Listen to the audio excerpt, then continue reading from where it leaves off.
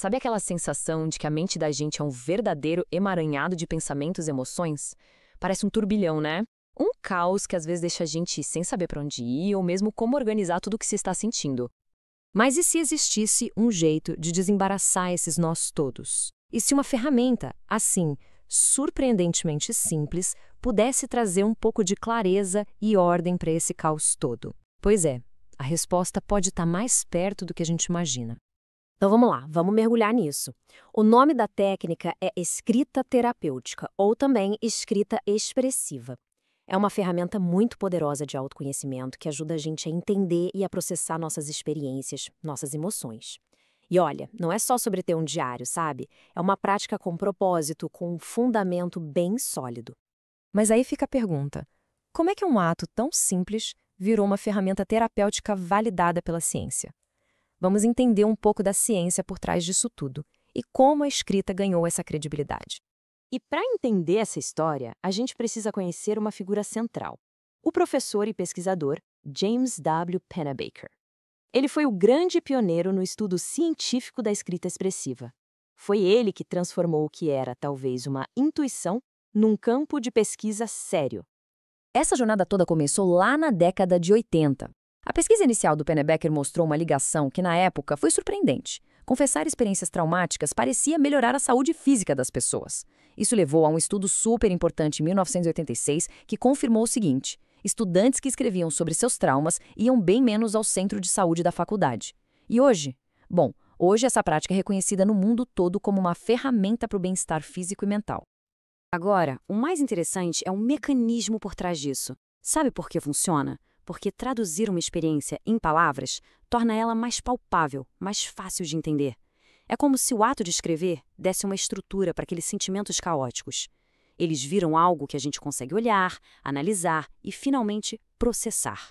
E agora vamos para a parte que todo mundo gosta, os benefícios comprovados e mensuráveis dessa prática. O impacto de colocar a caneta no papel vai muito, mas muito além do que a gente costuma imaginar.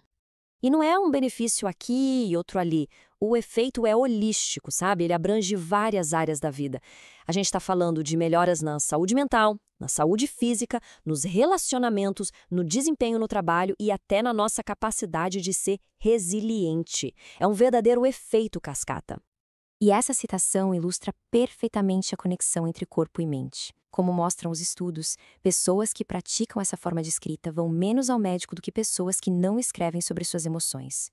A principal hipótese é que escrever ajuda a controlar o estresse, e com menos estresse, o nosso sistema imunológico fica mais forte, mais equilibrado. E claro, o impacto na saúde mental é gigantesco. As pesquisas mostram uma diminuição bem significativa nos níveis de estresse, de ansiedade e de sintomas depressivos. Escrever ajuda a gente a superar situações difíceis com mais facilidade e a diminuir a ruminação mental. Sabe, aquele ciclo vicioso de ficar pensando no mesmo problema sem parar? E olha só que interessante, um benefício que afeta a vida de todo mundo. A escrita terapêutica pode até melhorar a qualidade do sono. E um sono melhor, a gente sabe, é a base para uma saúde geral boa, tanto física quanto mental. Essa imagem aqui, que veio de uma pesquisa, ilustra o processo de uma forma perfeita. É um mapa mental de um participante e a legenda de estudo. Foi escrevendo que consegui entender a forma como eu me sentia. Isso humaniza todos os dados, né? Mostra na prática como a escrita vira uma espécie de espelho que reflete nossas emoções e ajuda a gente a ganhar autoconhecimento. Ok, tudo isso é muito legal, mas como começar? Vamos sair um pouco da teoria e ir para a prática, com alguns métodos bem simples e acessíveis que qualquer um pode tentar. Existem basicamente dois caminhos principais. O primeiro é a escrita livre. A ideia é simples: escrever sem parar por uns 15 a 20 minutos. Não precisa se preocupar com gramática, com julgamento, com nada. O objetivo é só deixar fluir. A outra opção são os métodos estruturados, que usam guias, formatos, tipo cartas ou exercícios para focar a escrita em algum tema específico. Um ótimo exemplo de método estruturado é esse aqui, o MAPA. Ele se divide em 4 passos bem simples. Primeiro, manifestar. Escrever o que se deseja criar ou alcançar. Segundo, alinhar. Colocar no papel as intenções para o dia. Terceiro, purificar. Expressar e liberar medos, preocupações. E quarto, agradecer. Terminar com gratidão. É um roteiro bem claro para dar um propósito para a escrita. E se a ideia é começar de um jeito ainda mais simples, aqui vão 5 exercícios super práticos. Escrever uma carta não enviada para alguém. Manter um diário de gratidão.